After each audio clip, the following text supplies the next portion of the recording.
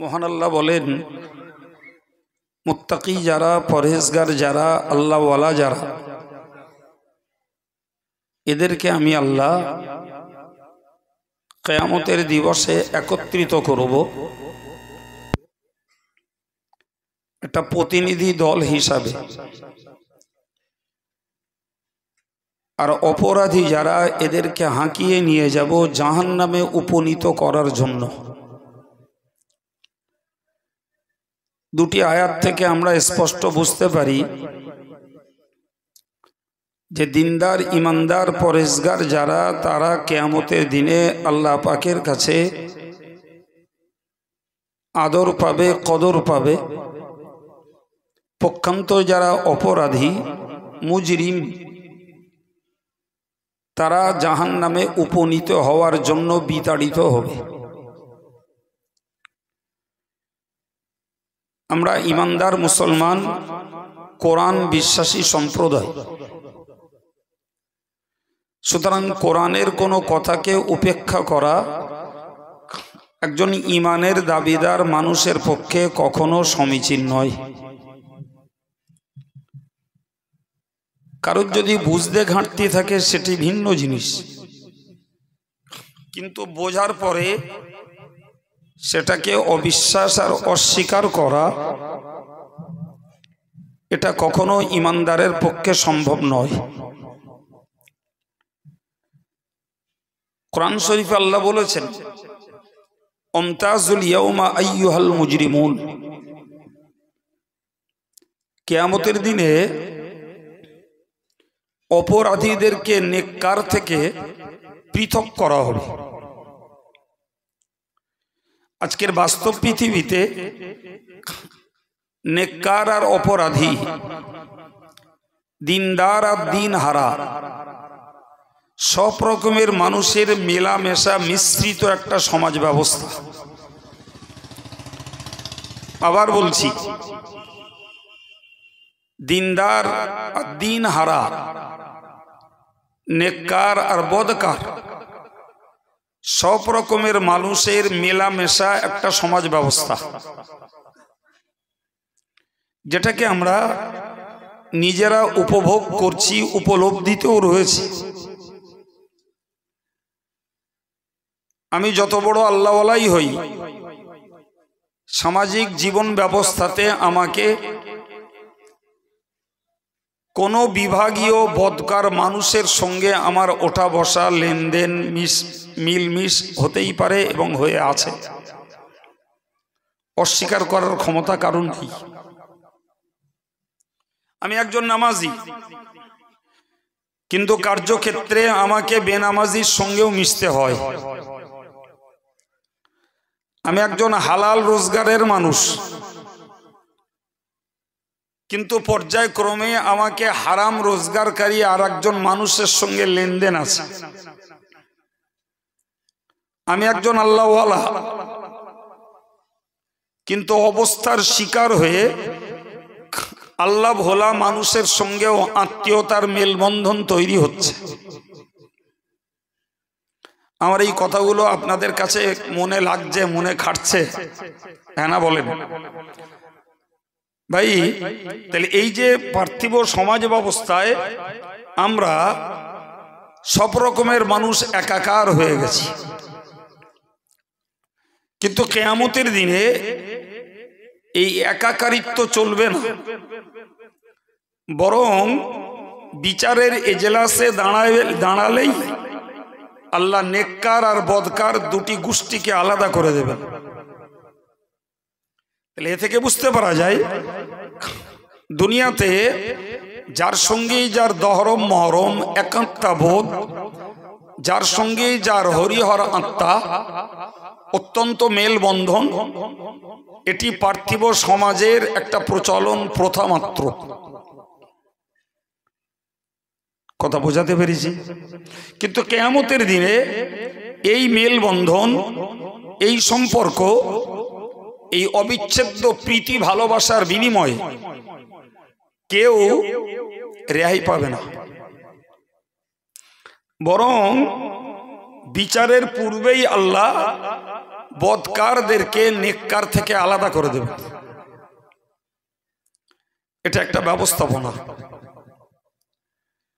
তো যারা বদকার স্বাভাবিকভাবেই তারা অপ্রস্তুত। তারা জানতো পৃথিবীতে পীর সাহেবের সঙ্গে, পীরজাদার সঙ্গে, মৌলানা সাহেবের সঙ্গে, মুফতি সাহেবের সঙ্গে আমার গভীর সম্পর্ক ছিল। তাহলে এই সম্পর্কের সূত্রে আমি কিয়ামতের দিনে কোনো ফ্যাসিলিটি আল্লাহ পাকের কাছে পাবো। এর জন্য আল্লাহর কাছে একটা গ্রহণযোগ্যতা পাবো। কিন্তু আল্লাহ কিয়ামতের দিনে বলবেন, আলাম আহাদ ইলাইকুম ইয়া বানি আদম, হে আদমের সন্তানেরা, তোমরা বলো আমি কি তোমাদের কাছ থেকে অঙ্গীকার নেইনি? তোমরা কি আমার সঙ্গে চুক্তিবদ্ধ হওনি আল্লাহ তা'বুদুশ শাইতান, যে আমি তোমাদেরকে এই বিষয়ে, এই ব্যাপারে নির্দেশ দেইনি যে তোমরা শয়তানের উপাসনা, আরাধনা, শয়তানের গুণগান এবং শয়তানের অনুসরণ তোমরা করবে না? কারণ ইন্নাহু লাকুম আদুউম মুবিন, সে তো তোমাদের প্রকাশ্য শত্রু। তোমরা আজকে এই যে নেককারদের সঙ্গে থাকতে চাইছো, কিন্তু পৃথিবীতে তোমরা বদকারদের সঙ্গেই থেকেছিলে। তোমরা পৃথিবীতে শয়তানের পদাঙ্ক অনুসরণ করেছিলে। তোমরা পৃথিবীতে শয়তানের বন্ধুত্ব জুটিয়েছিলে। ফলে তোমরা নেককারদের সঙ্গে বাহ্যত মিশলেও গুণগতভাবে, কার্যগতভাবে নেককারদের সঙ্গে তোমাদের কর্মের, তোমাদের আচরণের, তোমাদের ভাষার, তোমাদের চালচলনের মিল ছিল না। ঠিক না ভুল? অথচ এক সমাজে, হয়তো এক পরিবারে, এক গ্রামে, এক মহল্লার মানুষ আমরা, অথচ দুই শ্রেণীর মানুষের মধ্যে রয়েছে চরিত্রগত একটা বিরাট পার্থক্য। আল্লাহ বললেন, আমি তো বলেছিলাম ওয়া আনি'বুদুনি হাযা সিরাতুম মুস্তাকিম, তোমরা আমার ইবাদত করো। এটাই হলো সরল, সহজ, সঠিক রাস্তা। সুবহানাল্লাহ বলেন। তাহলে আমার ইবাদতটা ছিল সঠিক রাস্তা, আমার নির্দেশ মানাটাই ছিল তোমাদের জন্য নিরাপদ রাস্তা, আমার হুকুমের গোলামিটাই ছিল তোমাদের জন্য নাজাতের রাস্তা। কিন্তু তোমরা আমার ইবাদত করোনি, আমার নির্দেশকে মান্য করে চলোনি, আমার হুকুমের গোলামি করোনি, বরং তোমরা শয়তানের সঙ্গে, শয়তানি চরিত্রের মানুষের সঙ্গে মিলেমিশে তাদের আচার আচরণ, তাদের চরিত্র, তাদের আখলাকের সঙ্গে তোমাদের জীবনটাকে তোমরা গড়ে তুলেছো। মনে রাখো, ওয়ালাকাদ আযাল্লা মিনকুম জিবিল্লান কাসীরা আফালাম তাকুনু তাকিলুন। ওই শয়তান তোমাদের বহু সংখ্যককে পথভ্রষ্ট করেছে। একদম স্পষ্ট আল্লাহ বললেন, তোমাদের বহু সংখ্যককে পথভ্রষ্ট করেছে। এরপরেও তোমরা বোঝোনি, এরপরেও তোমরা তার চক্রকে ধরতে পারোনি, এরপরেও তোমরা তার প্রতারণার জাল বিস্তার করছে। তোমরা সেই জালে, সেই ফাঁদে বন্দী হলে কেমনে? আচ্ছা বলেন, আজকের আমরা কম্পিউটার যুগের লোক, সবাই সচেতন, কনসাস, সতর্ক ব্যক্তি।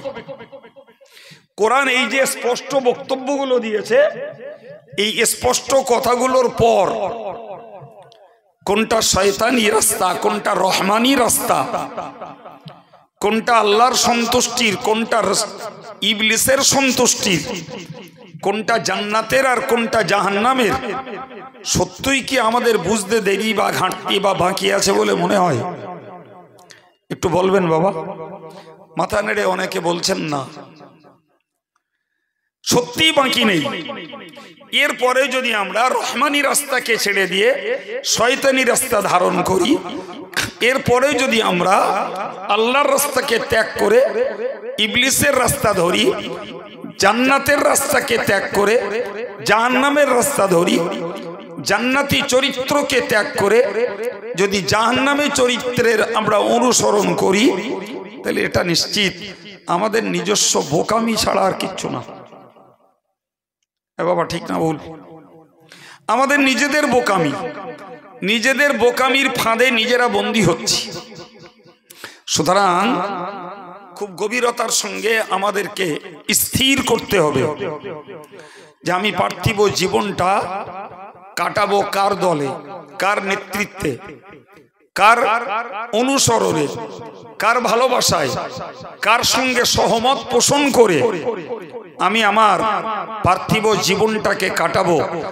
এটি যদি আমরা সঠিক রূপে নির্ণয় আর স্থির না করতে পারি, তাহলে সেদিন আমাদের ঠকা ছাড়া আর রাস্তা নাই। আমি প্রসঙ্গত আর একটা কথা আপনাদেরকে বলি। সম্মানিত ভাইরা আমার, কোরআন শরীফে আল্লাহ বলেছেন, ওয়াকালা শাইতান লাম্মা কুদিয়াল আমর, কিয়ামতের দিনে যখন ফয়সালা হয়ে যাবে, তো ফয়সালা হয়ে গেলে পরে জান্নাতীরা জান্নাতে, জাহান্নামীরা জাহান্নামে। তো যারা জাহান্নামের দরওয়াজার কাছে উপনীত হবে, তো শয়তান কোথায় থাকবে সেখানে এসে বলবে, ইন্নাল্লাহ ওয়াদাকুম ওয়াদাল হক, নিশ্চয়ই আল্লাহ তোমাদের সঙ্গে যে ওয়াদা করেছিলেন এ ওয়াদা সত্য ওয়াদা। আল্লাহর ওয়াদাকে ইবলিস খুব ভূয়সী প্রশংসা করবে, বলবে আল্লাহর ওয়াদা খাঁটি ওয়াদা, সত্য ওয়াদা। তো মানুষগুলো, জাহান্নামমুখী মানুষগুলো, জাহান্নামের জন্য নির্বাচিত ওই আসামিগুলো তখন বলবে, আরে ইবলিস, তুই তো আমাদেরকে ওয়াদা করেছিলি যে আমাদেরকে জাহান্নাম থেকে তুই বাঁচাবি, তো এখন বলছিস যে আল্লাহ তার ওয়াদা পূরণ করে আমাদেরকে জাহান্নাম দিয়েছেন, অথচ তত্ত্ব বক্তব্য ছিল তুই জাহান্নাম থেকে বাঁচাবি। তো আল্লাহর ওয়াদা আল্লাহ পূরণ করেছে, তোর ওয়াদাটা তুই পুরো কর। ও তখন একদম সরাসরি বলে দেবে, ওয়া'আদতুকুম ফাআখলাফতুকুম, আমি ওয়াদা করেছিলাম সত্য, কিন্তু আমি আমার ওয়াদাকে খেলাপ করলাম, ভঙ্গ করলাম, ওয়াদা আদায় করলাম না। বা অন্য অর্থে, আমি আমার ওয়াদা দিয়েছিলাম মিথ্যা ওয়াদা, আমি আমার ওয়াদা আদায় করতে সক্ষম নই। নাউজুবিল্লাহ বলে, আর একটু জোরে বলে। ভাই, গোটা মুসলিম আমজনতা, কি নারী কি পুরুষ, যারা ইবলিসের চক্রে পড়ে, ইবলিসের ফাঁদে পড়ে, যারা নিজেদের জীবনযাত্রা, ধর্মনীতি, রাজনীতি, সমাজনীতি, অর্থনীতি, যারা পারিবারিক নীতি ইবলিসের ট্র্যাডিশন অনুযায়ী যারা চালাচ্ছে, ভাই কিয়ামতের দিনে এদেরকে এই চূড়ান্ত ঠকা ঠকতে হবে। আর ওই কথাটা আল্লাহ কোরআনে উল্লেখ করে দিয়েছেন আমাদেরকে সজাগ করার জন্য। সুবহানাল্লাহ বলে। তাহলে বুঝতে পারা যাচ্ছে আল্লাহ পাক কখনোই চান না যে আমরা ইবলিসের চক্রে পড়ি, ইবলিসের ফাঁদে বন্দী হই। এটি আল্লাহর কখনো কামনা নয়। সুবহানাল্লাহ। এরপরে যদি আমরা পড়ি বাবু, তার জন্য আমরা দায়ী। সম্মানিত ভাইরা আমার, মনে রাখুন, মহান আল্লাহ কোরআন শরীফে ব্যক্ত করেছেন, ওই সময় মানুষগুলো বলবে, ওরে ইবলিস, তোর কথা মতোই আমরা চলেছি, তোর কথা মতো দলবাজি করেছি, তোর কথা মতো আমরা অবৈধ রোজগার করেছি, তোর কথা মতো অশালীন ভাষা প্রয়োগ করেছি, তোর কথা মতো আমরা দুশ্চরিত্রের কাজে জড়িয়ে পড়েছি, তুই তো আজকে এমন বলছিস। ইবলিস কি সুন্দর করে জবাব দিয়ে বলবে, মা কানা লি আলাইকুম মিন সুলতান ইল্লা আন দাউতুকুম, ও আল্লাহর বান্দা বান্দি, তোমাদের উপরে আমার কোনো অধিকার ছিল না, আমার কোনো ক্ষমতা তোমাদের উপরে ছিল না। শুধু একটি কাজ আমি করেছি, সেটি হলো আমি যে দল করি, যে পার্টি করি, যে নীতিতে চলি, তোমাদেরকে সেই দলে, সেই নীতিতে, সেই পার্টিতে তোমাদেরকে ডাক দিয়েছি। এলে কেন? এলে কেন? আমি তোমাদের গলায় গামছা দিয়ে আনিনি, তোমাদেরকে আমি বাই হুক এন্ড ক্রুক জবরদস্তি করে নিয়ে আসিনি। আমি তো ডাকতেই পারি। আমরা দেশে দেখি যত ধর্মনৈতিক দল আছে, প্রত্যেকটা ধর্মনৈতিক দল তার দলে লোক ডাকে। আরে বাবা, আমরা সুন্নতুল জামাত সংগঠন করি, মানুষকে তার সদস্য হতে বলি, বঙ্গনুর পত্রিকা পড়তে বলি, আমরা আমাদের পরিচালিত প্রতিষ্ঠানগুলির প্রতি আপনাদের কাছে দান চাই, দোয়া চাই। আমরা নতুন কোনো প্রতিষ্ঠান গড়তে গেলে সেখানেও আপনাদের পূর্ণ সহযোগিতা আমরা কামনা করি। না একটাও ভুল বলছি নাকি? সব তো আলোর মতো। এখন বিরাট অংশ মানুষ আলহামদুলিল্লাহ তারা আমাদের সংগঠনের সদস্য, বঙ্গনুর পত্রিকা পড়ে, তারা আমাদের কাজের সহযোগী ভাই।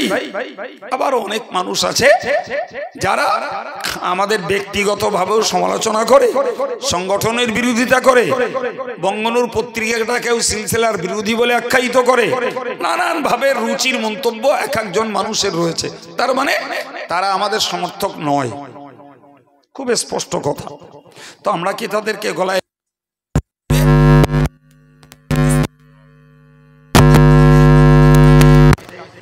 মানাতে পেরেছি? বাপ হ্যাঁ না বলেন?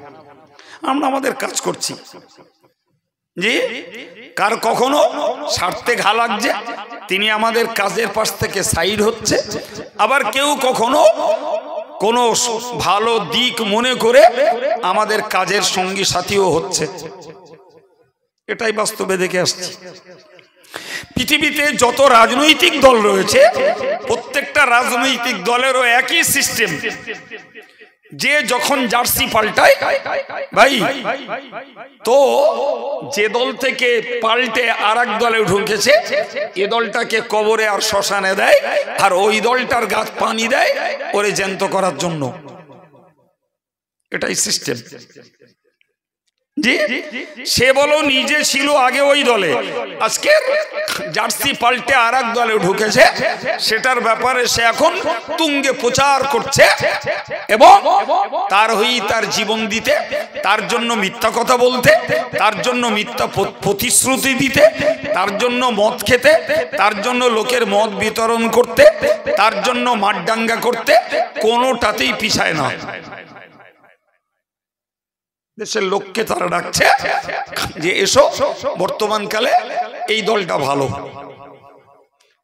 বাবু, তাহলে ধর্মনীতির লোকেরাও ধর্মের পথে ডাকছে, রাজনীতির লোকেরাও রাজনীতির পথে ডাকছে। এরপরে যাওয়া না যাওয়া আমাদের সিদ্ধান্ত। জি, এ ব্যাপারে ডিসিশন ইজ ওন ডিসিশন, সিদ্ধান্ত আপনার নিজেরই, অন্য কারণ না। আমার বক্তব্য, ইবলিস একই কথা কিয়ামতের দিনে বলবে যে আমি তোমাদেরকে জবরদস্তি করে কাউকে আমার দলে ভিড়াইনি, তবে আমি যে দলটা করি ওই দলে তোমাকে ডেকেছিলাম, তুমি এলে কেন? এসেছো যখন তোমার নিজস্ব সিদ্ধান্তে, তাহলে আজকের দিনে নতুন করে কথা বলার আর কিছু নেই।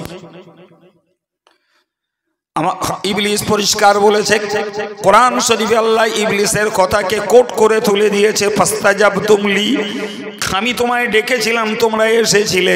ফালা তালুমুনি ওয়ালুমু আনফুসাকুম, সুতরাং তোমরা আমাকে তিরস্কার করো না, আমাকে ভৎসনা তোমরা করো না, আমাকে গালিমন্দ তোমরা করো না, আমার উপরে রাগদ্বেষ তুমি দেখিও না। বরং যদি রাগদ্বেষ করতে হয়, তিরস্কার যদি করতে হয়, ভৎসনা যদি করতে হয়, নিজে নিজেকেই ভৎসনা করো। লোক কেন? তোমার সিদ্ধান্তে তুমি ভুল পাল্টেছো, দল পাল্টেছো, তোমার সিদ্ধান্তেই তুমি বিপদগামী হয়েছো, তোমার সিদ্ধান্তে তোমার স্বার্থেই তুমি আল্লাহর রাস্তা ত্যাগ করে শয়তানের রাস্তা ধরেছো, তোমার সিদ্ধান্তেই তুমি সৎ চরিত্রকে ত্যাগ করে দুশ্চরিত্রবান তুমি তৈরি হয়েছো। অতএব তিরস্কার আর ভৎসনা যা করতে হয় তুমি নিজেকে করো, লোক কেন? সম্মানিত ভাইরা, প্রিয় যুবকেরা, আমি অত্যন্ত গুরুত্বপূর্ণ পয়েন্টের উপরে দাঁড়িয়ে আপনাদের কাছে কথা শোনাচ্ছি। যদি কেউ ইচ্ছা করে না বোঝেন তার জন্য আমার দোষ নয়। আমি সাধু প্রাঞ্জল ভাষায় যাই বলছি সেটাকে বোঝাতে চেষ্টা করছি। ভাই, জাহান্নামীদের ব্যাপারে কোরআন শরীফে একটা কথা উল্লেখ রয়েছে। কলু, জাহান্নামীরা বলবে, লাউ কুন্না নাসমাউ আও নাকিলু মা কুন্না ফি আসহাবিস সাঈর। নিজেরা বলা বলি করবে, হায় হায় কাকে দোষ দেবো, কাকে দোষ চাপাবো। লাউ কুন্না নাসমাউ, আমরা যদি পৃথিবীতে আলেমদের কথা শুনতাম, আও নাকিলু, এবং তাদের কথাগুলোকে যদি বুঝতাম, কাজে লাগাতাম, মা কুন্না ফি আসহাবিস সাঈর, তাহলে আজকের দিনে আমরা উত্তপ্ত আগুনের বাসিন্দা তথা জাহান্নামী আমরা হতাম না। আজকে জাহান্নামী হয়েছি, উত্তপ্ত আগুনের বাসিন্দা আমরা হয়েছি, অন্য কোনো কারণ নয়। কারণ একটাই, আমরা হাক্কানি আলেমেরা, কিতাব কোরআন বোঝা আলেমেরা যা বলেছিল তার উপরে আমরা আমাদের মাতব্বরি, আমরা আমাদের নিজস্ব বুঝকে প্রাধান্য দিয়ে আলেমদের কথাকে উপেক্ষা করেছিলাম।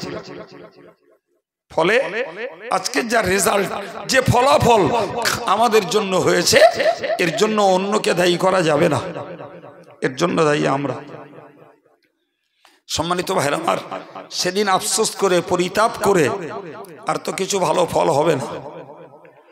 সুতরাং দিনদার, ইমানদার, আল্লাহওয়ালা যারা, এদেরকে ভাবতে হবে এরা নিশ্চিত ধর্মীয় দৃষ্টিকোণ থেকে এরা কোরআন হাদিস আলেম ওলামাদের কথার অনুসরণ করছে। পাশাপাশি এদেরকে মনে রাখতে হবে সামাজিকভাবে, রাজনৈতিকভাবে, পারিবারিকভাবে আমাদের জীবনযাত্রার প্রত্যেকটা পয়েন্টে পয়েন্টে আমাকে আলেমদের রাস্তাটা কি ধারণ করতে হবে, তবে আমরা আল্লাহর কাছে দায়িত্ব মুক্ত হতে পারবো, স্বাভাবিকভাবে বলা যায়। এখন যদি আলেম মিসগাইড করে, আলেম যদি ভুল পথে কাউকে পরিচালিত করে, সেটাও তো বিপজ্জনক। তো সেটা না হয় সেকেন্ড স্টেজে দেখা যাবে।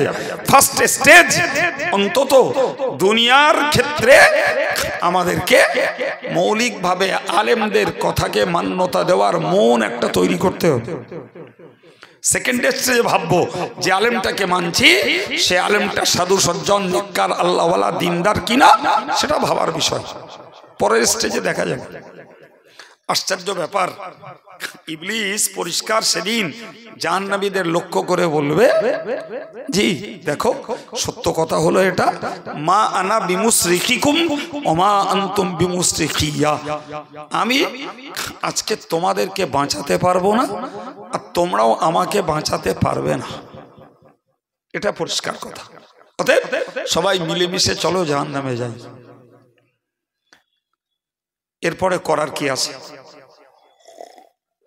ভাই? আমি বলিনি কথাগুলো কোরআন শরীফে আল্লাহ পাক স্পষ্ট জানিয়েছেন 13 পারার সূরা ইব্রাহিমের ভিতরে।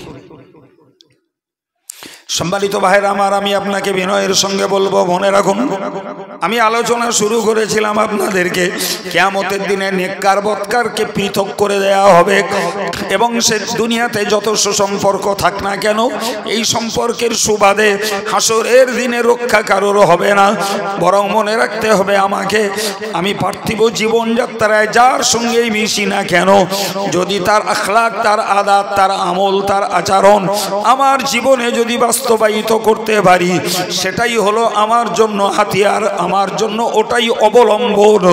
কিন্তু যদি আমি শুধু ভক্তিতে দেখাই, আমি শুধু বাহ্যিক মিলমেশার সঙ্গে থাকি, অথচ কাজের কোনো সমতা না থাকে, তাহলে স্বাভাবিক ভক্ত সেজেও তো লাভ করা যাবে না। আমি যার সঙ্গে মিশি তিনি মিথ্যা বলেন না, আমি মিথ্যা বলি। তিনি সুদ খান না, আমি সুদ খাই। তিনি জুয়া খেলেন না, আমি জুয়া খেলি। তিনি মদের সাপোর্ট দেন না, আমি মদের সাপোর্ট দিই।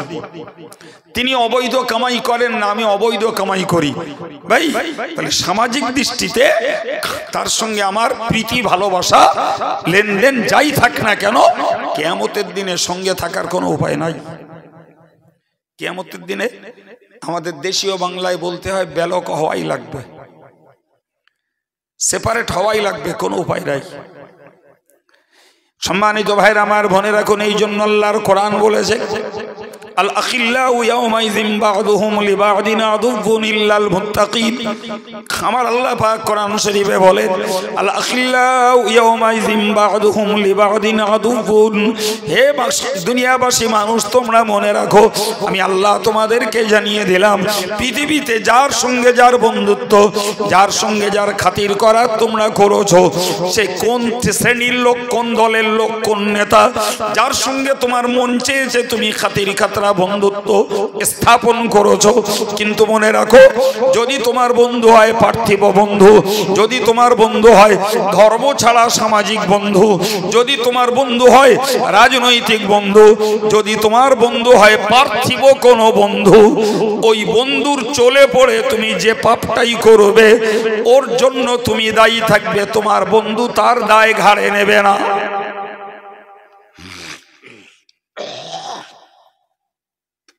তোমার বন্ধু ও দায় ঘাড়ে নেবে না। ভাই, খুব রহস্যজনক কথা। দায় তো ঘাড়ে নেবে না, ওজন আল্লাহ বললেন তোমার ওই বন্ধুটা হবে তোমার শত্রু। এটাই তো আশ্চর্যের ব্যাপার, যে আমার বন্ধু আল্লাহ বলছেন সেই হবে তোমার শত্রু। তুমি ভেবে চিনতে বন্ধুত্ব পাতাও, ভেবে চিনতে তুমি সখ্যতা, প্রীতি, ভালোবাসা এবং তোমার আত্মনিবেদন কারুর কাছে সমর্পণ করার আগে তুমি ভাবো যে ওই বন্ধুটা দুনিয়াদার কিনা, ওই বন্ধুটা দিনদার কিনা। যদি দিনদার হয় তাহলে তোমার লাভ, যদি দুনিয়াদার হয় তাহলে তোমার জন্য খুব খুব ভয়ঙ্কর বিপদ অপেক্ষা করছে। তুমি আগে ওটা নির্বাচন করো, তোমার বন্ধুটা দিনদার না দুনিয়াদার, তোমার বন্ধুটা আল্লাহওয়ালা না আল্লাহ ভোলা, তোমার বন্ধুটা দিনের পথে, ধর্মের পথে, নেক আমলের পথে প্রতিযোগিতা করে আগে উঠছে না দুনিয়ার নেতৃত্ব আর মাতব্বরির পথে আর পাপ জোগাড়ে আগিয়ে উঠছে। ওটাকে তুমি আগে চয়ন করো, নির্বাচন করো, আগে তোমার কাছে স্থির করো, তবে কার সঙ্গে বন্ধুত্ব করবে তারপর সিদ্ধান্ত নাও। ভাই, আমাদের অধিকাংশ মানুষের এই জাতীয় ভাবনা, চিন্তা আর সিদ্ধান্ত নেওয়ার মতো অবকাশটুকু নেই। যেভাবে স্রোত চলছে আমরা সেদিকেই ভেসে যাচ্ছি। আমরা দেশীয় বাংলায় একটা কথা বলি, যেভাবে পড়ে পানি ওইভাবে ধরো ছাতি। বলে না, বলে না, কিন্তু এটা বুঝি না যে ইসলামী সংবিধানে এই কথাটার কোনো দাম নাই। আরে বাবা, দেশে গ্রামের যদি 99% লোক যদি সুদে মত্ত হয়, আমি একলা দাঁড়িয়ে থাকবো সুদ মুক্ত জীবন যাপন করার জন্য। আমার গ্রামে 90% লোক যদি মিথ্যায় জড়িয়ে পড়ে, আমি একলা দাঁড়িয়ে থাকবো সত্যের পথে। সবাই যদি চিটফান্ডার প্রতারণায় জড়িয়ে পড়ে, আমি একলা দাঁড়িয়ে থাকবো সাধুতার সঙ্গে জীবনযাপন করার জন্য। এটাই তো ছিল প্রকৃত ইমানদারের ডিউটি। অথচ আমরা বেমালুম হজম করে দিয়ে বললাম যে যে ধারে পড়ে পানি ওইভাবে ধরো সাথী। কি হলো? ওটা কি ইমানদারের কথা হয়? না বাবা, ওটা ইমানদারের কথা নয়। আপনি কখনো শুনে থাকবেন, বললেই মনে পড়বে। প্রিয় নবী সাল্লাল্লাহু আলাইহি ওয়াসাল্লাম সাহাবায়ে কেরামদেরকে জিজ্ঞাসা করেছিলেন, হে সাহাবীরা, তোমার একটা গাছের নাম বলতে পারো যে গাছটার সঙ্গে উদাহরণ দেওয়া চলে ইমানদার মুসলমানের? বলো না ওই গাছটা কি গাছ? তো সাহাবায়ে কেরাম ভেবে ভেবে ভেবে ভেবে কোনো সদুত্তর দিতে পারলেন না। তারা বিভিন্ন ধরনের জঙ্গলি গাছপালা, যা চেনা যায় না, জানা যায় না, এরকম কিছু গাছের দিকে তাদের ব্রেনটাকে ঘামিয়েছেন। অথচ লেটেস্ট দেখা গেল রাসূল বলছেন ওটা খেজুর গাছ। আর খেজুর গাছ তো মক্কাওয়ালাদের আনাচে কানাচে উঠোনে বাড়িতে সর্বত্র খেজুর গাছ গিজগিজ হচ্ছে। সুবহানাল্লাহ। তাহলে যে গাছটার সঙ্গে গোটা মক্কা মদিনাবাসীদের চরম ঘনিষ্ঠতা, খুব কাছাকাছির গাছ, অথচ সাহাবাদের ব্রেনটা ঘুরছিল। রাসূল যখন এরকম প্রশ্নটা করেছেন, তাহলে মনে হয় ওটা কোনো অজানা অচেনা জঙ্গলি গাছপালা কিছু হতে পারে। কিন্তু সেটা যে বাড়ির আনাচে কানাচের গাছ, খেজুর গাছ, এটা সাহাবায়ে কেরামদের মাথায় আসেনি। যদিও একটা বাচ্চা ছেলে, কিশোর ছেলে, হযরত ওমরের বেটা আব্দুল্লাহ রাদিয়াল্লাহু আনহু, তিনি তার আব্বাকে বলছিলেন, আব্বা, আমার যেন মনে হচ্ছিল আমি বলি খেজুর গাছ। ততক্ষণে রাসূলের জবাব দেওয়া হয়ে গেছে। উনি আব্বার সঙ্গে বলছিলেন, তাহলে বাবা তুমি বলনি কেন? তাহলে হুজুর বললে, আব্বা, আপনাদের মতন বড় বড় বুজুর্গ সাহাবী, জ্ঞানী গুণী সাহাবীরা রয়েছেন, কেউ কোনো উত্তর দিচ্ছেন না, আর আমি ছেলে মানুষ ওই কথাটা বলবো? হযরত ওমর বলেছিলেন, বাবা, যদি আজকের তুমি ওই উত্তরটা নবীর সামনে দিতে, তাহলে আমার জীবনের বড় আনন্দের দিন হতো আজকের দিনটা। সুবহানাল্লাহ। কিন্তু তুমি তো দাওনি বাবা। ততক্ষণে তো রাসূল জবাব দিয়ে দিয়েছেন, ওই গাছটা হলো খেজুর গাছ। হে প্রিয় ভাইরা আমার, মুরব্বীরা, জওয়ান যুবক ছেলেরা, হাওয়ায় ঘুরবেন না বাপ, স্রোতে গা ভাসাবেন না, পানি পড়লেই ছাতি সেদাবে ধরবেন। আরে বাবা, ওই কথাটা নাই চলে, বর্ষার পানিতে ভিজবো না তাই, কিন্তু ওই কথাটা ধর্মের জায়গায় চলে না, চলে না বাপ। রাসূলুল্লাহ ইমানদারের উপমা দিলেন খেজুর গাছের সঙ্গে। কারণ তুফান বয়ে যাক, ঝড় বয়ে যাক, সাইক্লোন বয়ে যাক, টর্নেডো বয়ে যাক, আমরা দেখি অসত্য গাছ উপড়ে পড়ে, সৃষ্টি গাছ উপড়ে পড়ে, আম গাছ হড়মড় করে ভেঙে পড়ে, যে 20-50টা বাঁশ নিয়ে একটা ঝাড় উপড়ে পড়ে যায়। ভাই, অত সহজে খেজুর গাছ পড়তে আপনি দেখবেন না। সুবহানাল্লাহ হবে না? একটু জোরে বলেন। একেবারে পল্লী গায়ের এর দৃষ্টান্ত আমি আব্দুল কাইয়ুম তৈরি করে বলছি না, বুখারীর হাদিস, এটা সহিহ বুখারীর বর্ণনা। তাহলে রাসূলুল্লাহর এই পল্লী গায়ের গাছপালা সম্পর্কেও রাসূলের একটা বাস্তব অভিজ্ঞতা ছিল। তিনি বললেন যে ইমানদারের উপমা দেওয়া যায়, ইমানদারের উদাহরণ দেওয়া যায়, ইমানদারের দৃষ্টান্ত দেওয়া যায় খেজুর গাছের সঙ্গে। সুবহানাল্লাহ। খেজুর গাছ কোনো ঝড় তুফান সব কিছুকে উপেক্ষা করে নিজের পায়ে নিজে দাঁড়িয়ে থাকে। রাসূল বললেন ওটাই হলো ইমানদারের চরিত্র। কোথায় কত টাকা আছে, কোথায় কত মজা আছে, কোথায় কত নেতৃত্ব আছে, কোথায় কত আমার দলীয় লোক আছে, ওসব ইমানদার দেখতে যায় না। ইমানদার দেখে আমি কোরআন সুন্নাহর উপরে দাঁড়িয়ে থাকবো, ইজমা কিয়াসের উপরে আমি দাঁড়িয়ে থাকবো, তাতে আমার যত স্বার্থে আঘাত লাগুক, তাতে আমার আত্মসম্মান কেউ হানি করুক, তাতে আমার যদি জীবন সংকটের মুখে পড়ে তাও বি আচ্ছা, তবে আমি ইমানদারিত্বের ডিউটি থেকে 1 ইঞ্চি সরে যাব না।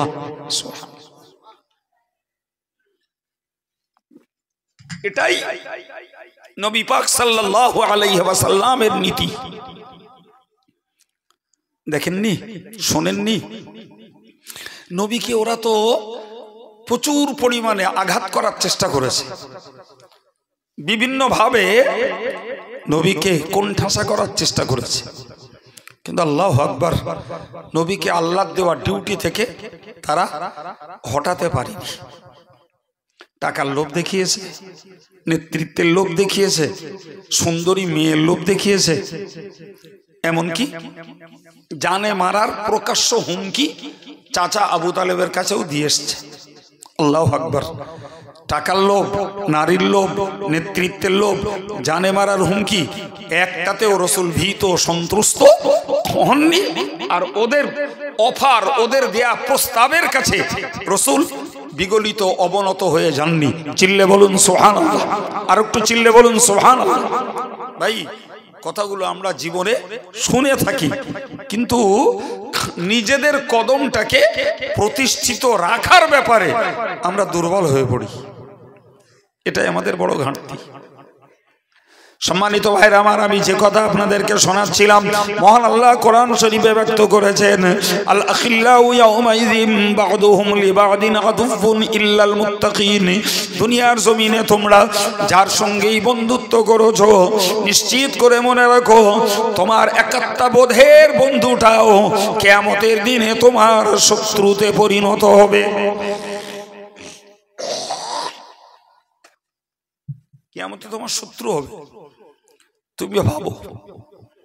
তুমি ভাবো কাকে দেখছো তুমি? তাহলে আল্লাহ পাক রাসূলুল্লাহ যখন এই আল্লাহ পাক যখন এই কথাটা বলেছেন, তাহলে আমার তো ভাবতেই হয় আমি এর সঙ্গে বন্ধুত্ব করছি, কিয়ামতে আমার শত্রু হবে না তো?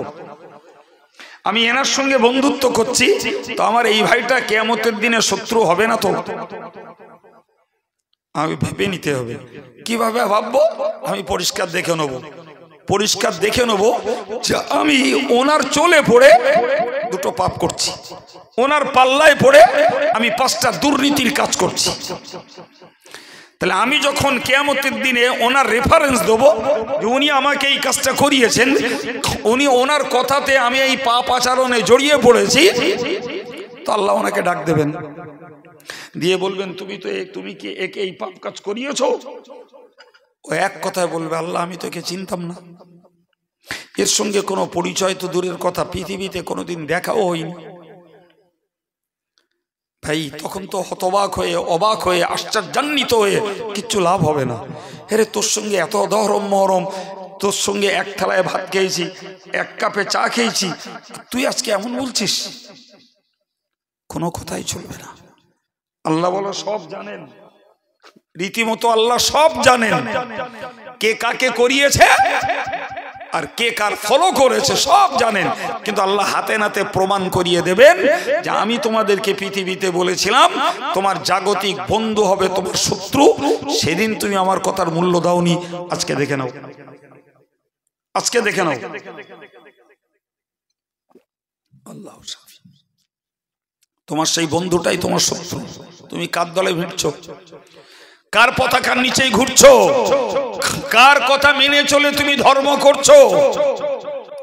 ভাবো ভাই। নামাজ, রোজা, হজ, যাকাত, জিকির, তাসবিহ, সাদকা, ফিতরা, কুরবানি, সুদ খাওয়া যাবে না, গান শোনা যাবে না, মিথ্যা কথা বলা যাবে না, জুয়া খেলা যাবে না, জেনা ব্যভিচার করা যাবে না, পরের ফাঁকি মারা যাবে না, এই জাতীয় ওয়াজ নসিহত আলহামদুলিল্লাহ আমাদের মূলটা সবার কম বেশি মনে আছে।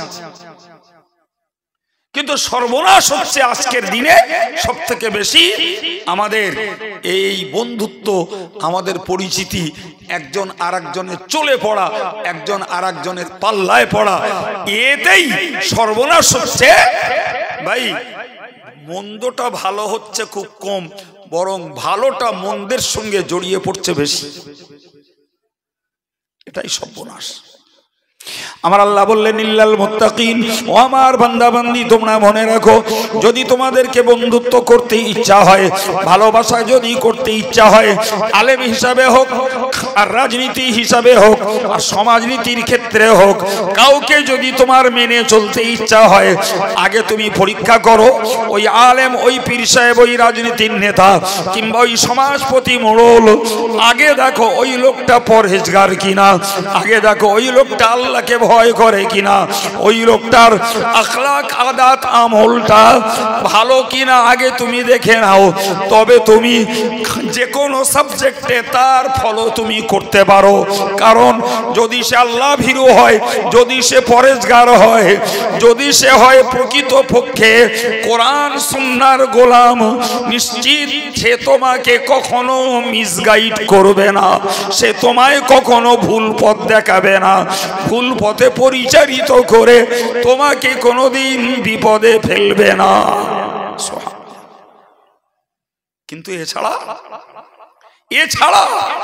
তুমি যার পিছনেই যাবে, তুমি সোনার অক্ষরে লিখে রাখো, তোমাকে ও মিসগাইড করবে, তোমাকে ভুল পথে পরিচালিত করবে করবে করবে, কোনো সন্দেহ নাই। যদি না থাকে তার কাছে খোদার ভয়, যদি না থাকে তার কাছে কোরআন সুন্নাহর আমল, যদি না থাকে তার কাছে পরহেজগারিতা, সে ওভার 100% তোমাকে ক্ষতি করবে। আজকের আব্দুল কাইয়ুমের কথা যদি কারোর কাছে বেঁকা লাগে, তিতো লাগে, কিচ্ছু করার নেই। আমি কোরআনের তাফসীর করছি বাস্তবের দিকে তাকিয়ে। কোরআন বলছে যদি বন্ধুত্ব করতে ইচ্ছা হয় আল্লাহ ওয়ালার সঙ্গে করো, যে পরহেজগার লোকের সঙ্গে করো। তুমি ভক্ত হবে, ওয়াজ শুনবে, নসিহত শুনবে, তুমি কাউকে ফলো করবে, কাউকে অনুসরণ করে তোমার সংসার জীবনযাত্রা পরিচালনা করবে, লোকটাকে আগে মনের কাছে ঠিক করে এই লোকটা আল্লাহওয়ালা কিনা, এই লোকটা পরেজগার কিনা, এই লোকটা খোদাকে ভয় করে কিনা, এই লোকটার চরিত্র ভালো কিনা, এই লোকটার আমল ভালো কিনা, দেখে শুনে তবে তার পিছনে তুমি ফলো করো। ভাই, সেখানে যদি আপনি বংশ দেখেন, শিক্ষা দেখেন, নেতৃত্ব দেখেন, সৌন্দর্য দেখেন, ওইগুলো ইসলাম দেখতে বলিনি, একটাও বলিনি। ইসলাম বলিনি বংশ দেখে ফলো করো, ইসলাম বলিনি নেতা দেখে ফলো করো, ইসলাম বলিনি একবারও তার সৌন্দর্য দেখে ফলো করো, ইসলাম একবারও বলিনি শিক্ষা দেখে ফলো করো। ইসলাম বলেছে যে পরেজগার, যে আল্লাহওয়ালা, যে দিনদার, তাকেই তুমি ফলো করো। জানেন তো ইসলামের বৈবাহিক বিষয়ে জি হাদিসের একটা খুব চূড়ান্ত বিধান রয়েছে, যদিও আমি সে প্রসঙ্গে আলোচনা করছি না, তবুও একটা জায়গায় মিল আছে, তাই হাদিসটা শুনিয়ে দিচ্ছি। রাসূল বললেন তুনকাহুল মারআতু লিআরবাঈন, হুজুর বললেন 4টে কারণে একটা মেয়েকে বিয়ে করা যায়। 4টে কারণে। নাম্বার 1 লি জামালিহা, একটা মেয়েকে বিয়ে করার জন্য একটা লক্ষণীয় বিষয় হলো তার সৌন্দর্য। আরেকটা বললেন অলি মালিহা, একটা মেয়েকে বিয়ে করার জন্য দ্বিতীয় লক্ষণীয় বিষয় হলো তার অর্থ সম্পদ। 3 নম্বরে বললেন অলি হাসাবিহা, একটা মেয়েকে বিয়ে করার জন্য আরেকটি লক্ষণীয় বিষয় হলো তার পিতৃমাতৃ গোষ্ঠী, বংশ। যেটা বিশ্বাস করুন আজকের যুগে আর এর কোনো মূল্যায়ন নেই, কিন্তু আগেকার বুড়ো বুড়ো টাইপের লোক যারা মুরব্বী, তারা বলো ছেলে মেয়ে দেখতে গেলে আগে বংশের খোঁজ নিত। এই বিশ্বাস হয় যে একদম একদম ওভার 100% সত্য কথা, আগে বংশ দেখতে। এখন আর সব বংশ দেখা দেখিনি জি, এখনকার নিয়ম হলো আগে দেখো দৃষ্টিধারী, তারপরে গুণ বিচারী। দেখতে ভালো হলি আর গুণ দেখার দরকার নেই। নাউজুবিল্লাহ। ভাইরা আমার, 3টে বলেছি, কি বলেছি? সৌন্দর্য, অর্থ সম্পদ এবং বংশ। 4 নম্বরে নবী বললেন অলি দীনিহা, তার ধর্মটা দেখো। কি দেখো? তার ধর্মীয় চরিত্র, ধর্মীয় আখলাক, আমলটা কি রূপ ওটা দেখো। তো চারটে কথা নবী বললেন। চারটে কথা বলার পরে শেষেরটাই বলেছেন ধর্ম দেখতে। হুজুর বললেন ফাজফুর বিজাতিদ দ্বীন, জি ওই সফলতা লাভ করো, বা ফাসফারা বিজাতিদ দ্বীন, ওই লোকটাই সফলতা লাভ করলো যে লোকটা একটা দিনদার, একটা ধার্মিকা মেয়েকে বিয়ে করলো। সুবহানাল্লাহ হবে না? জি, তাহলে রসুল চারটে গুণের কথা বলেছেন, কিন্তু প্রাধান্য দিলেন কোনটাকে? তাড়াতাড়ি বলেন। 4 নম্বরে কি? সেটা ধর্মের গুণ। সে কোরআন পড়তে জানে কিনা, সে পর্দা পুশিদার সঙ্গে চলে কিনা, মেয়েটি লজ্জাশীলা কিনা, সে নামাজি কিনা, সে বিনয়ী অবনত কিনা, সে মুখ হারা কিনা, এগুলো তুমি দেখে নাও। ওর সৌন্দর্য খুব ভালো না, ওর অর্থকড়ি খুব ভালো নেই, ওর বংশটাও খুব হাই লেভেলের নয়, কিন্তু তার ভিতরে গুণ আছে। সে নামাজি, সে দিনদার, সে পরেশগার, সে পর্দানসীনা, সে আল্লাহ ওয়ালি, সে লজ্জাশীলা, সে বিনয়ী, সে অবনত। ফলে ওই মেয়েটাকে যে বিয়ে করলো সেই সফলতা লাভ করলো। সুবহানাল্লাহ বলে। ভাই আমার আগের বক্তব্যের সঙ্গে এই বক্তব্যটার মিল এখানটাতে, যে তুমি কারো নেতৃত্বকে ঝুঁকো না, কারো সুন্দর তাই দিকে ঝুঁকো না, কেউ উঁচু বংশের ওইটা দেখে ঝুঁকো না, জি কেউ অনেক মোটা তাজা প্রচুর টাকার মালিক ওই দেখে তুমি কারোর পিছনে ঝুঁকো না। দেখো সে পরেশগার কিনা, সে আল্লাহওয়ালা কিনা, সে কোরআন সুন্নাহর সঙ্গে নিজের জীবনটা চালায় কিনা। ভাই বড় দুঃখের সঙ্গে বলতে হয়, আজকের বর্তমান পৃথিবীতে এই জাতীয় বিষয়গুলির মূল্যায়ন নেই। ভুল বলছে মনে হচ্ছে? ওরে বাবা, আমি আব্দুল কাইয়ুম কথা বলছি, জি আমার কথা যারা অশোনা, আমার অশোনা অভ্যাস আছে, তারা খুব মাশাআল্লাহ ভালোই বুঝতে পারছেন, জি কারণ আমার অজ কাটা কাটা কজ স্পষ্ট কথা।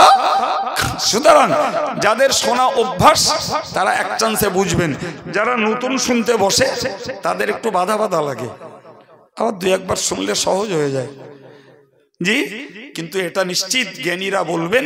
আমি 1 ঘন্টা কথা বলছি বাবু, তো 1 ঘন্টায় একটা অশ্রাব্য ভাষা, একটা অশালীন ভাষা, একটা অসাধু ভাষা আমি ব্যবহার করেছি মনে হয়, কোরআন হাদিসের বাইরে একটা কথা বলেছি বলে মনে হয়, জি এটি সবার কাছে অ্যাকসেপ্টেড নয়, সবার কাছে চয়েসফুল নয়, কিন্তু এইখানে একটা শিল্পী এনে তুলে দেন, দাম তার 15,000, জি গজলের বাহারে বাজার মাত করে দিচ্ছে, যুবক আর যুবতী রাস্তার উপরে জাম করে দাঁড়িয়ে যাবে। বিশ্বাস হয়? ওটাই আজকে এই সবার যারা পরিচালক, এক শ্রেণীর সভায় ওই শ্রেণীর বক্তা, শিল্পী, গায়কগুলোই বেশি গ্রহণযোগ্য।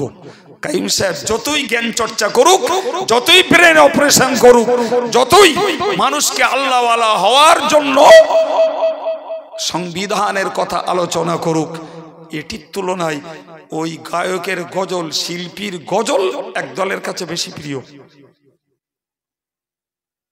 ঠিক বলছি না ভুল বলছি? জি চিন্তা নেই, এদের মরতে হবে, চিন্তা নেই। সম্মানিত ভাইরা আমার, কোরআন শরীফের কথা বলছি, মনে রাখুন কোরআন শরীফে মহান আল্লাহ জানিয়েছেন, সুতরাং কিয়ামতের মহা ময়দানে, হাসরের কঠিন দিবসে যে মানুষটা যার সঙ্গে দুনিয়াতে মিশবে, যার সঙ্গে দুনিয়ার যে আদর্শ অনুকরণ করবে, কিয়ামতের দিনে তার সঙ্গে তার হাসর হবে। একটু জোরে বলেন, তার সঙ্গে তার হাসর। আপনি আল্লাহওয়ালার সঙ্গে মিশেছেন, নিজেও আল্লাহওয়ালা হয়েছেন, আপনি পরেশগারের সঙ্গে মিশেছেন, নিজে পরেশগার হওয়ার চেষ্টা করছেন, আপনি নিজে জিকির তাসবিহ ওয়ালার সঙ্গে মেশেন এবং নিজেও জিকির তাসবিহ পড়তে আপনি আগ্রহী। কিয়ামতের মহাময়দানে ওই জাকির ভাই, ওই মুত্তাকি পরেশগারের সঙ্গে আপনার হাসর হবে।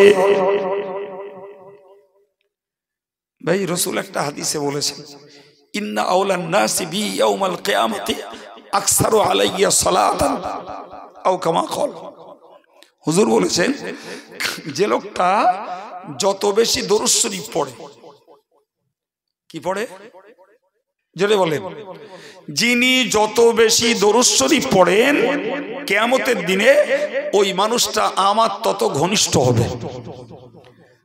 একটু মন খুলে সুবহানাল্লাহ বলেন।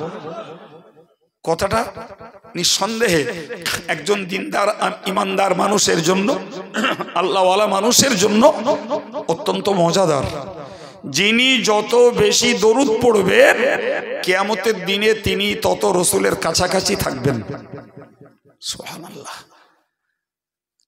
ভাই তাহলে এখানে বলা নেই জি যে যে লোকটা এই যত বেশি টাকাওয়ালার সঙ্গে ঘুরবে, যত বেশি লোকটা জুয়াখোরের সঙ্গে ঘুরবে, যত বেশি রাজনীতির নেতার পথে ঘুরবে, তত বেশি আমি রসুলের কাছাকাছি আসবে। এরকম বলা আছে। যিনি যত বেশি দরুদ পড়বেন তিনি রসুলের তত ঘনিষ্ঠ হবেন।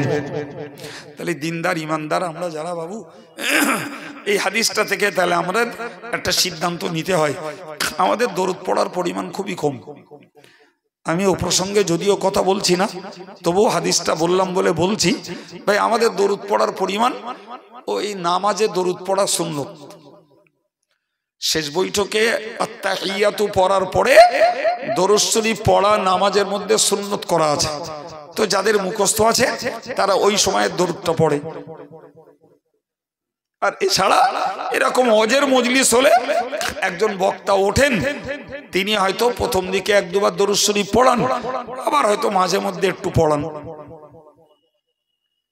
বুকে হাত দিয়ে বলুন দিন, এই দুটো জায়গা ছাড়া আমাদের অধিক পরিমাণে দরুদ পড়ার রেকর্ড আর কতজনের আছে বলে মনে হয়? কি গো, আপনারা আমার কাছে খুব অপরিচিত মনে হচ্ছে নাকি? না আমি আপনাদের অপরিচিত? বলেন বলে কারণ নেই, আমি আপনার কাছে অপরিচিত নই আর আপনারাও অপরিচিত নন। তাহলে ভাই ভাই কথা বলছি, এখানে বেড়া আর পর্দার কোনো জায়গা নয়। সত্যি কথা বলতে কি এই দুটি জায়গা ছাড়া এক্সট্রা দরুদ শরীফ পড়ার রেকর্ড আমাদের খুব বেশি নেই। তাহলে রাসূলুল্লাহ এত বড় অফার দিলেন যে তোমরা বেশি করে দরুদ পড়ো, কিয়ামতের দিন আমার ঘনিষ্ঠ হয়ে তোমাদের হাসরটা হবে। তাহলে এই সহজ এবং সুন্দর আমলটাকে আমরা কেন ব্যবহার করি না?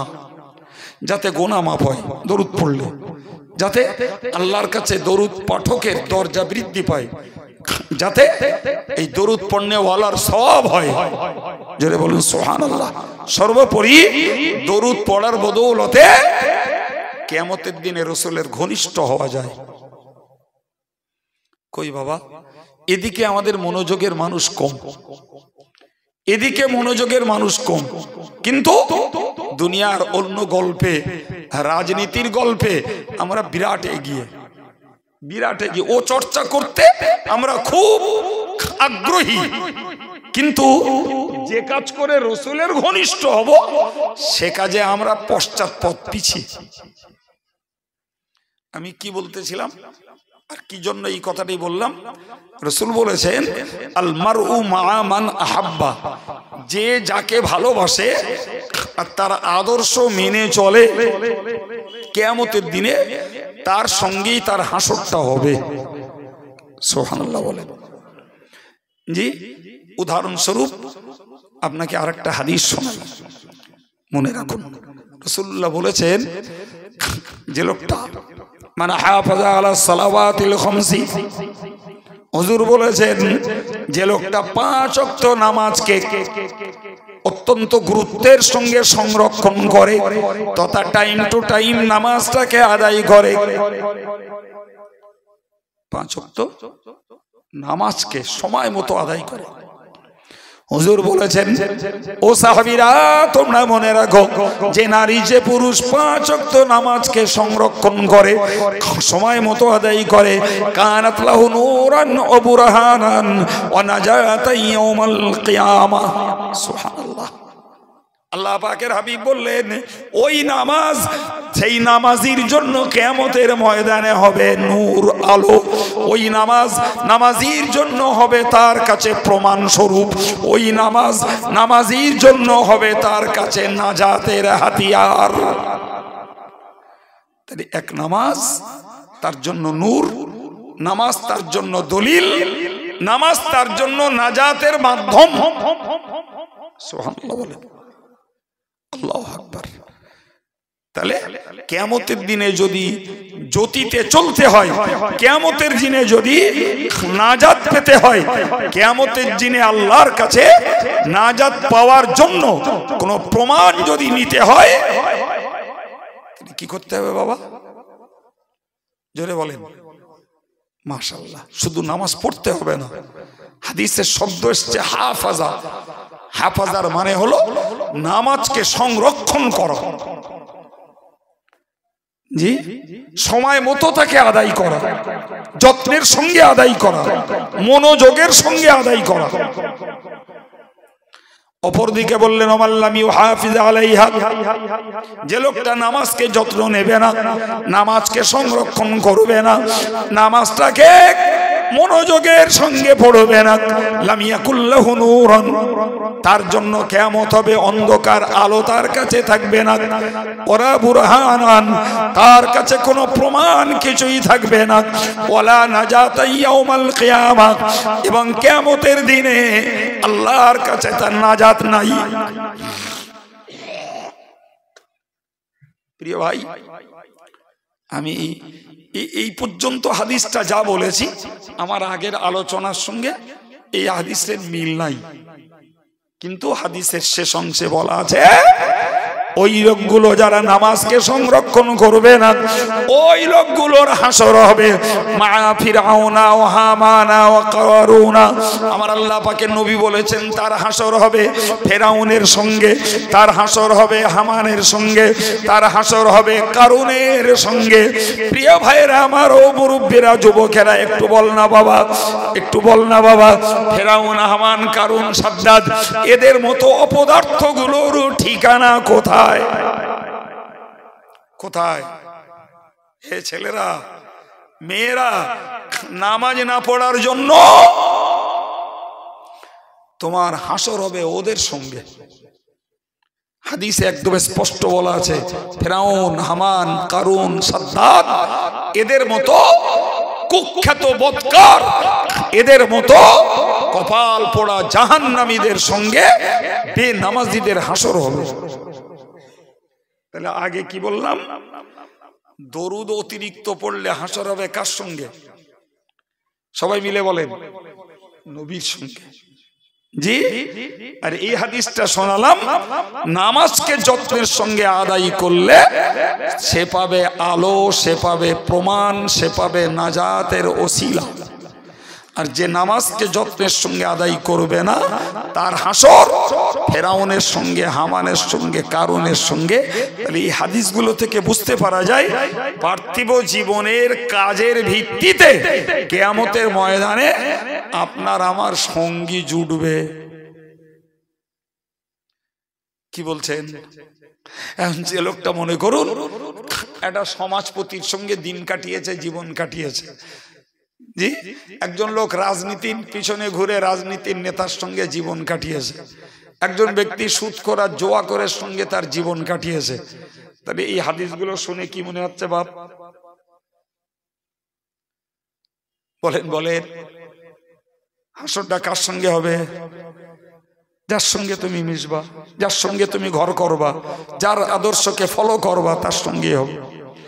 এই জন্য আল্লাহ নবী বলেছেন আল মারু মা মান আহাব্বা, যে লোকটা যাকে ভালোবাসে তার সঙ্গেই তার হাসর হবে। ও ভাইরা আমার, মনে রেখে দিন। এবার আমি আপনাকে বলি, যখন আমার বন্ধুর সঙ্গে মেশার জন্য আমার হাসরটা কিয়ামতের দিনে হবে, এখন দেখছি বন্ধু বিপদে তো আমিও বিপদে, বন্ধু বিপদে তো আমিও বিপদে। তখন একটা কাজ ঘটবে, সেই কাজটা কোরআনের অন্য জায়গায় বলা আছে। قالوا ربنا إنا أطعنا سادتنا وكبراءنا فأضلونا السبيل। ওই সময়ে দেখা যাবে যে যাকে ফলো করেছে ওই অনুসারী লোকগুলো বলবে রব্বানা, হে পরওয়ারদিগার আল্লাহ, ইন্না আতা'না সাদাতানা, আল্লাহ আমরা অনুকরণ করেছিলাম, আমরা মেনেছিলাম আমাদের এই নেতাদেরকে, আমরা এই নেতাদেরকে, সরদারগুলোকে, এই লিডারগুলোরে আমরা মেনেছিলাম। ওকুবারানা, এরাই ছিল আমাদের মধ্যকার প্রধান প্রধান ব্যক্তিত্ব, এরা আমাদের প্রধান প্রধান ব্যক্তিত্ব।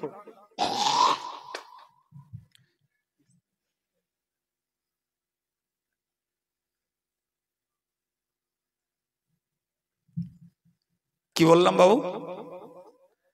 একদম কোরআন বলছে, আমি বলি নাই রে বাবা।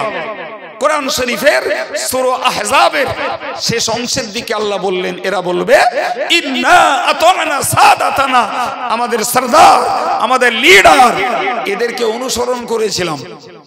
ওকুবারানা, আমাদের দলের প্রধান প্রধান ব্যক্তিত্ব যারা, আমরা তাদেরকেই মেনে চলতাম।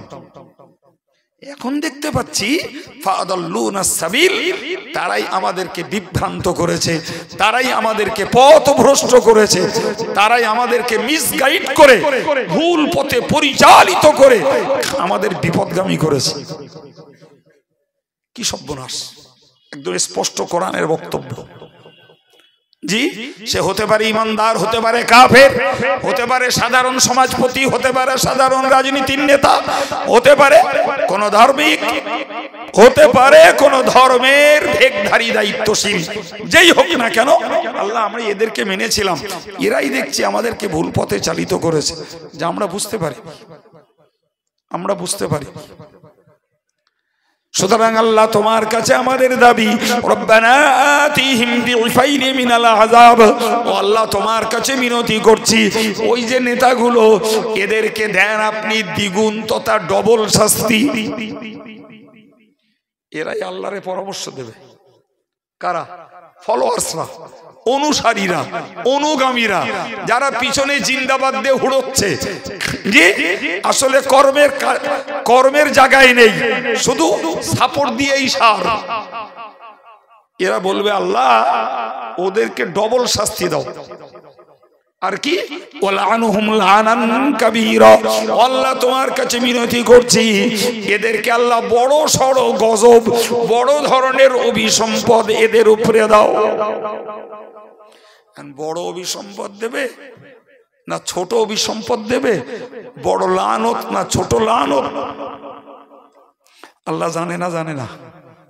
কিন্তু এরা বলবে রাগে, এরা বলবে কি বলুন দিন, রাগে পড়ে বলবে যে ওরাই আমাদেরকে এই বিপদগামী করেছে, বিভ্রান্ত আর পথভ্রষ্ট করেছে, অতএব ওদেরকে বড় ধরনের অভিসম্পদ দাও, আর ওদের আযাবটা যেন আল্লাহ আমাদের থেকে ডবল হয়। অবস্থাটা বোঝেন দিন। আল্লাহ কারে ডবল দেবে, কারে সিগন্যাল দেবে আল্লাহ জানে না? তুমি কারে ফলো করেছ আর কে তোমারে ঘুরিয়েছে আল্লাহ জানে না? খুব জানে, খুব জানে। কিন্তু সেদিন রাগ বশত এই পরামর্শ, এই আদেশ আর দাবি আল্লাহর কাছে করবে কারা? ফলোয়ার্স। বাবা, আমাদের ভাবনা চিন্তা করার দরকার আছে।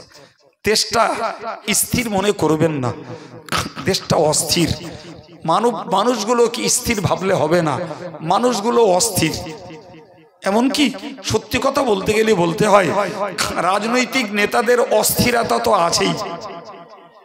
না নাই, আজকে এ দলে ছিল তো কালকে ওই দলে, কালকে যে দলে ছিল পরশুকা দিন আর এক দলে।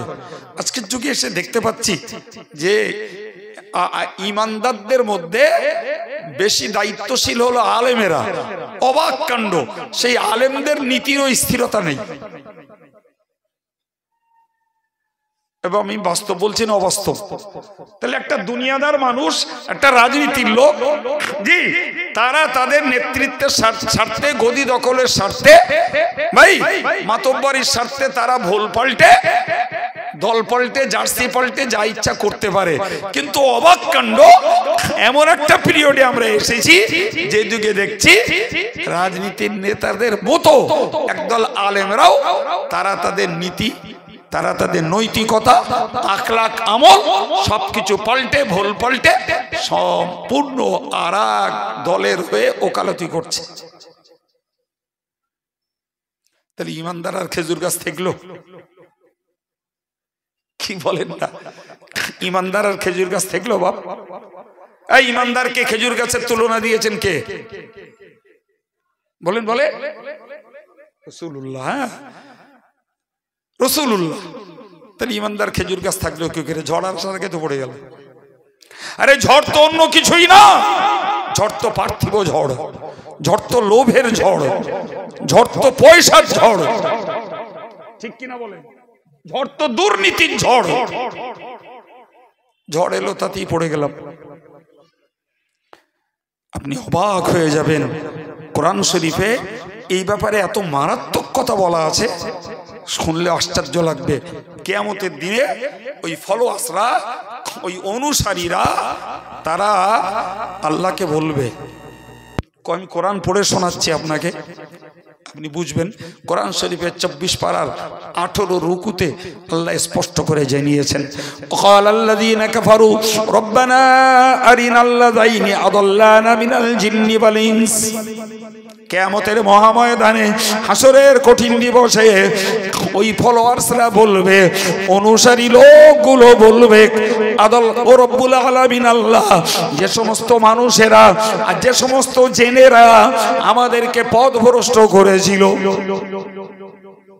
এ থেকে বুঝতে পারা যায় জিন শয়তানরাও মানুষকে পথভ্রষ্ট করে, শুধু মানুষ করে না, জিন শয়তানরাও। জোরে বলেন, কি বলেছি? হ্যাঁ রে বাবা, শুধু আমাদের না রে বাবা। আল্লাহর কোরআন জানিয়েছে, কাযালিকা জাআলনা লিকুল্লি নাবিয়্যিন আদুওয়ান শায়াতিনাল ইনসি ওয়াল জিন। কি বললে? কাযালিকা জাআলনা লিকুল্লি নাবিয়্যিন আদুওয়ান শায়াতিনাল ইনসি ওয়াল জিন্নি। প্রত্যেকটা নবীর বিরুদ্ধে মানব শয়তান যেমন ছিল তার যুগে, ততই বছর প্রত্যেকটা নবীর বিরুদ্ধে জিন শয়তানও ছিল। ভাবা যায়? কোথাকার কথা বলছি বাপ? রবীন্দ্রনাথের কবিতা পড়ছি আমি না নজরুলের? কোথাকার কথা বললাম? কোরআন শরীফের 8 পারার ফার্স্ট পেজে একদম প্রথম পৃষ্ঠাতেই আল্লাহ বলেছেন যে মানুষের একটা শ্রেণী শয়তান আর জিনের একটা শ্রেণী শয়তান, তারা নবীদের দুশমনি করেছে।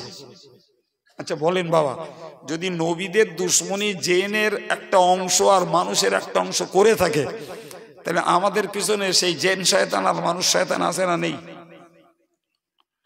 আমরা জিনগুলোরে দেখতে পাই না বাপ, তবে মানুষগুলো দেখতে পাই। বলো, একেবারে হজম করে দিলে হবে না।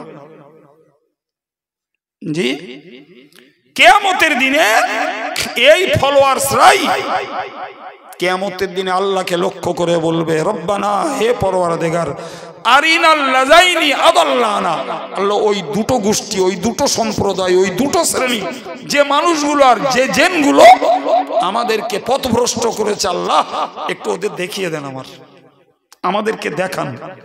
কি করবি বান্দা? দেখিয়ে দিলি। পরিষ্কার কোরআন বলছে, নাজআলহুমা তাহতা আকদামিনা। আল্লাহ ওই দুটো গোষ্ঠীরে পায়ের তলায় ফেলে মারাবো। কোরআন খুলুন, যে কোনো আলেমের কাছে বলুন যে কাইম সাহেবেরা মজ করেছে, কোরআনে আছে কিনা? নাজআলহুমা তাহতা আকদামিনা, আমাদের পায়ের নিচে ওদেরকে রেখে ওদেরকে পালিশ করব, পেশাই করব, ওদেরকে মারাই করব। লিয়াকুনা মিনাল আসফালিন, যাতে ওই জিন শয়তান আর ওই মানব শয়তান ওরা যেন সর্বাপেক্ষা নিচে, একদম পায়ের নিচেই পদদলিত, লাঞ্ছিত আর অপদস্থ হয়। কি ভাবছেন আপনি? সুতরাং এক্ষেত্রে আমাকে ভাবতে হবে, আমি কার পিছনে ঘুরবো আর আমাকে তাকে ভাবতে হবে আমি কাকে আমার পিছনে ঘোরাবো। কি বলছেন জি? দুজন কি ভাবতে হবে আমি কার পিছনে ঘুরবো, তাকে ভাবতে হবে আমি কারে আমার পিছনে ঘোরাবো নাকি? হ্যাঁ রে বাপ, আপনি আমারে ভক্তি করবেন অথচ নামাজ পড়বেন না, আপনি আমারে ভক্তি করবেন অথচ গালি দেবেন, তাহলে আপনার মতো ভক্ত থাকলেই তো আমারও বিপদ না? কি বলছেন? হ্যাঁ, আমার বিপদ ভাই। সুতরাং আমি আপনাদেরকে গোড়া থেকে আলোচনা করতে করতে এসেছি, বেফাস কথা আল্লাহ বলাননি আলহামদুলিল্লাহ, তথ্য ছাড়া কোনো কথা বলিনি আলহামদুলিল্লাহ। আমি আপনাকে বুঝিয়ে বুঝিয়ে এসেছি যে আমাদেরকে বর্তমান যুগ সন্ধিক্ষণে খুব ভেবে চিনতে চলার সময় এসছে বাপ। প্রত্যেকটা কালের মানুষকে ভাবনা চিন্তা করেই চলার দায়িত্ব ছিল। তবে দুনিয়াটা যত কিয়ামতের দিকে এগুচ্ছে বাপ, ততই ভাবনা চিন্তার বোঝাটা বাড়ছে, বাড়ছে না? একদম। এই জন্য আল্লাহ বলেছেন, বান্দা তোমাদের উচিত কর্তব্য হলো ইন্নাল্লাযীনা ক্বালু রাব্বুনাল্লাহ, নিশ্চয়ই যারা বলে আল্লাহ আমার রব। আলহামদুলিল্লাহ বলেন, সবাই মিলে একটু আওয়াজ করে বলে আল্লাহর রব বলি আমরাই। সুবহানাল্লাহ বলেন। তাহলে আল্লাহ আমাদেরকে লক্ষ্য করে অ্যাড্রেস করে আল্লাহ আমাদেরকে সম্বোধন করে বললেন ইন্নাল্লাযীনা ক্বালু রাব্বুনাল্লাহ, যারা বলে আল্লাহ আমার রব, সুম্মাস্তাকামু, এবং ওই কথাটার উপরে অটল হয়ে দাঁড়িয়ে যায়। আল্লাহকে রব বলেছে আমি, মুহাম্মদ সাল্লাল্লাহু আলাইহি ওয়াসাল্লামকে রাসূল বলেছি আমি।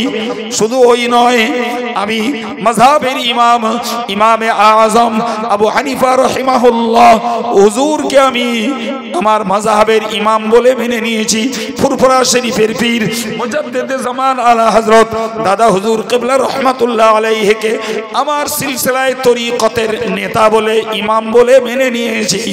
ও ভাইরা আমার, ও ছেলেরা, মুরব্বীরা, মায়েরা, নিশ্চিত করে মনে রাখুন, যতক্ষণ পর্যন্ত পাগল না হব আমি আল্লাহ পাকের প্রতিপালকত্ব থেকে বেরিয়ে যাব না। আমার রাসূলকে আমার ইমাম বলে নেতা বলা থেকে আমি পিছিয়ে যাব না। ইমাম আজম আবু হানিফাকে আমার মাযহাবের ইমাম বলা থেকে আমি অন্যমুখ হব না। ফুরফুরা পীর সাহেব কেবলার মতাদর্শ থেকে আমি ভিন্ন পথে চলবো না। এই দৃঢ় সিদ্ধান্ত আমাদের থাকতে হবে। আমার এই নির্দেশ আমার নয়, আল্লাহর কোরআনের। বিশ্বাস করুন আমি সত্য কথা বলছি। আর আজ নয়, আমি সুদীর্ঘ অন্তত 24টা বছর ধরে এই এক টাইপের কথা বলে আসছি যে ভাই মুজাদ্দিদ দাদা পীর সাহেব কেবলার কথা বলি, ইমাম আজম আবু হানিফা রাহিমাহুল্লাহ হুজুরের কথা বলি, আর তাদের ভক্ত, তাদের অনুরক্ত, তাদের আলাওলাদ যার কাছেই দাদা হুজুরের নীতি আদর্শের গরমিল পাবো। তোমার সঙ্গে থাকতে পারে ব্লাড হেরিডিটি, কিন্তু আমি ওই ক্ষেত্রে তোমাকে অনুসরণ করব না, মর্যাদা দেব, সম্মান করব, কিন্তু নীতির ফলোয়ার্স আমি হব না। তুমি যেই হও, তাতে তুমি গালি দিলে না, কাফের বললে না, জাহান্নামী বললে, 24 বছর পরোয়া করিনি, আজও নাই। শুকরিয়া আল্লাহর দরবারে আজকের আমার এই কণ্ঠে কণ্ঠ মিলিয়ে অনেক ফুরফুরার ভাইরাও এরূপ কথা বলছেন। সুবহানাল্লাহ। যা আমি বলে এসেছি 24 বছর আগে। জি ভাইরা আমার, কোরআনের বক্তব্য, যদি তুমি তোমার নীতিটাকে এভাবে স্থির করতে পারো তাহলে তোমার জন্য সুসংবাদ, তাতানাজ্জালু আলাইহিমুল মালায়েকা, ওই মানুষগুলোর মরণের সময়ে ফেরেশতা চলে আসবে। সুবহানাল্লাহ বলেন, আর একটু মন খুলে বলেন। ফেরেশতা এসে কি বলবে? আল্লাহ তাখাফু ওয়ালা তাহজানু, আল্লাহর বান্দা বান্দি তোমার ভয় নাই, তোমার চিন্তা নাই, তুমি ভীত হয়ো না, চিন্তিত তুমি হয়ো না। ওয়াবশিরু বিল জান্নাতিল্লাতী কুনতুম তুআদুন, সুসংবাদ গ্রহণ করো ওই জান্নাতের যে জান্নাত দেওয়ার জন্য ওয়াদা করা হয়েছিল। সুবহানাল্লাহ। তাহলে যদি এই আলেম ওলামারা, ইমাম সাহেবরা, হুজুর কেবলারা আমাদেরকে জান্নাতের সুসংবাদ দিয়েছেন, মরণের আগে একদম সার্টিফিকেট পাওয়া যাবে। ফেরেশতা চলে আসবেন, এসে এক বান্দাকে, যে অপরাধী, যে নীতির উপরে স্থির ছিল না, তাকে এই জান্নাত দেখাবে। বললে বান্দা তোর জন্য এই জান্নাত ছিল, কিন্তু তুই দুর্নীতিগ্রস্ত হয়েছিস, তুই কোরআন সুন্নাহর বিরোধী আমল করেছিস, বিনিময়ে আল্লাহ পাক এই জান্নাতের পরিবর্তে তোকে এই জাহান্নাম দেবেন। ও দেখে নিল। এরপর একজন দিনদার, ইমানদার, আল্লাহওয়ালা এবং নীতির উপরে প্রতিষ্ঠিত, আমলের উপরে প্রতিষ্ঠিত, হকের উপরে প্রতিষ্ঠিত মানুষকে আল্লাহর ফেরেশতা দেখাবেন, বান্দা তোর জন্য এই জাহান্নাম ছিল, আল্লাহ পাক তোর একনিষ্ঠ নীতি আর আমলের বিনিময়ে তোকে আল্লাহ এই জাহান্নাম থেকে বাঁচিয়ে এই জান্নাত তোকে দান করলেন। তবে ওই কথাটা না মানুষ আর বলে যেতে পারে না। আল্লাহ পাক তার বাক শক্তি তার আগে সিজ করে নেয়, তার কথা বলার শক্তিকে রহিত করে দেয়, দিয়ে তারপরে দেখায়। ভাই যদি মানুষ ওইরূপ কথাটা বলে যেতে পারত, তাহলে মানুষের মাঝে ব্যাপক ধরনের আলোড়ন সৃষ্টি হতো। কেউ গর্ব করত যে আমার বাপ জান্নাতি, কেউ গর্ব করে বলতো তোর বাপ জাহান্নামী।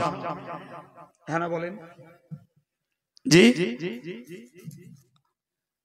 আলহামদুলিল্লাহ, আমাদের আজকের এই মাহফিলের মধ্যমণি ফুরফুরা শরীফের আওলাদে মুজাদ্দিদে জামান হুজুর এসেছেন।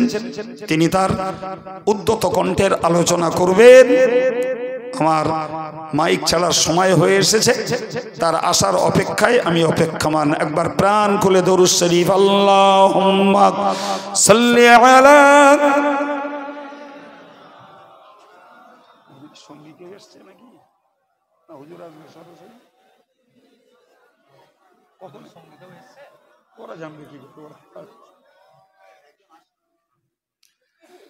একটু কলেমা জিকির করেন, লা ইলাহা ইল্লাল্লাহ, লা ইলাহা ইল্লাল্লাহ, লা ইলাহা ইল্লাল্লাহ, লা ইলাহা ইল্লাল্লাহ, লা ইলাহা ইল্লাল্লাহ মুহাম্মাদুর রাসূলুল্লাহ।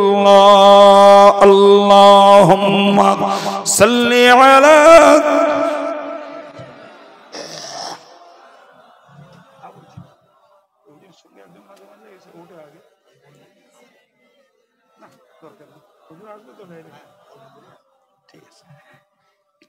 মাশাআল্লাহ।